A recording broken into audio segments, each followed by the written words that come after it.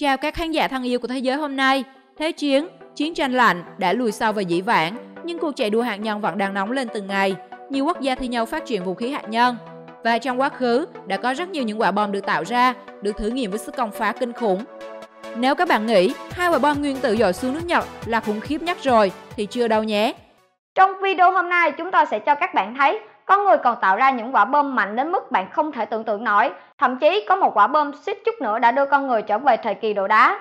Các bạn có tò mò muốn biết đó là những quả bom nào không? Hãy cùng Thế giới hôm nay khám phá. 5 quả bom mạnh nhất thế giới hiện nay, nước nào đang sở hữu? 5. Ivy Mike. Ivy Mike, quả bom nhiệt hạch đầu tiên trên thế giới. Chúng ta đều biết, nước Mỹ đã đi trước cả thế giới đến 2 lần trong lĩnh vực chế tạo vũ khí hạt nhân, mà cụ thể là dự án Manhattan với quả bom nguyên tử đầu tiên và chiến dịch Ivy với quả bom nhiệt hạch đầu tiên trên thế giới. Bom Ivy Mike có chiều dài 6 m, đường kính 2 m và nặng tới 82 tấn. Năm 1952, quân đội Mỹ đã thử nghiệm Ivy Mike trên đảo Ilulissat thuộc quần đảo Marshall ở Thái Bình Dương. Quả bom có sức công phá tương đương 10,4 triệu tấn thuốc nổ TNT, mạnh gấp 700 lần quả bom thả xuống Hiroshima.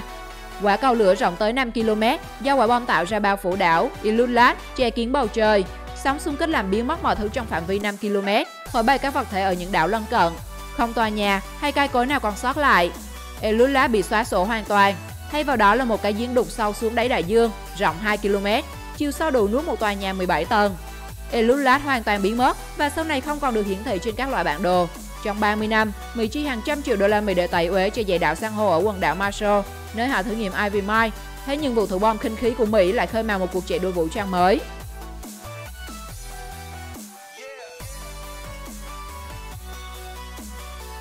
Bốn.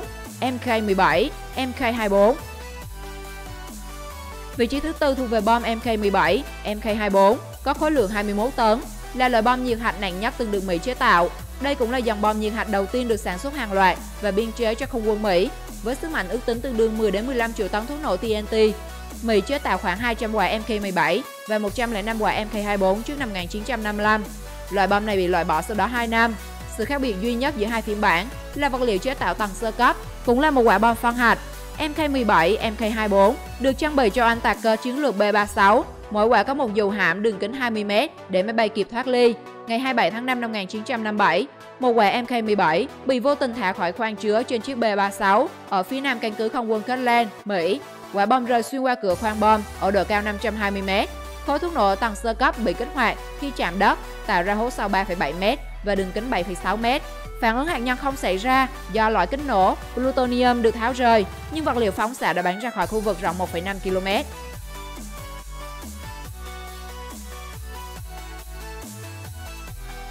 3. TX-21 Stream. Là một sản phẩm của Mỹ, quả bom có tên gọi TX-21 Stream, con tôm, được Mỹ kích nổ ngày 1 tháng 3 năm 1954 trong vụ thử Castro Bravo diễn ra trên đảo Bikini thuộc quần đảo Marshall. Với sức nổ tương đương 15 triệu tấn thuốc nổ TNT, gấp 1.500 lần sức nổ của 2 quả bom nguyên tử Mỹ ném xuống Hiroshima và Nagasaki của Nhật Bản. Đây là quả bom hạt nhân lớn nhất từ được Mỹ kích nổ.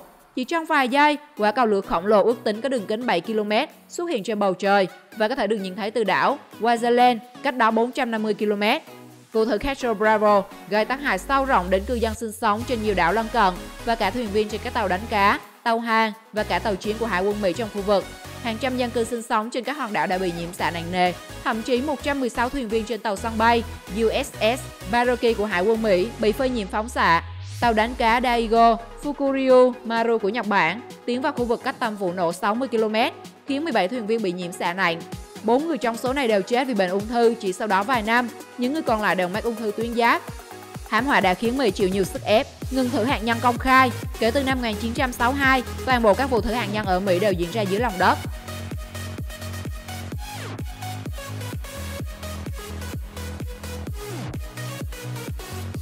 Bom hạt nhân B-41 là một sản phẩm đến từ nước Mỹ, đó chính là bom hạt nhân B-41. Đây là vũ khí nhiệt hạch mạnh nhất từng được Mỹ đưa vào biên chế quân đội. Nước này đã chế tạo tổng cộng 500 quả B-41 trong giai đoạn 1960 đến 1962 và biên chế tới tháng 7 năm 1976. Quá trình phát triển B-41 bắt đầu từ năm 1955 nhằm đáp ứng yêu cầu về một loại bom nhiệt hạch uy lực với khối lượng gần 5 tấn dành cho không quân Mỹ. Bản mẫu B-41 đầu tiên được thử nghiệm trong giai đoạn đầu của chiến dịch Hashtag vào năm 1958 dưới nước Umbrella. Bom hạt nhân B-41 đã chứng tỏ sự khủng khiếp của mình khi tạo ra một cột nước khổng lồ và khiến nhiều người lo sợ. Sức mạnh của B-41 ước tính đạt khoảng 25 triệu tấn TNT.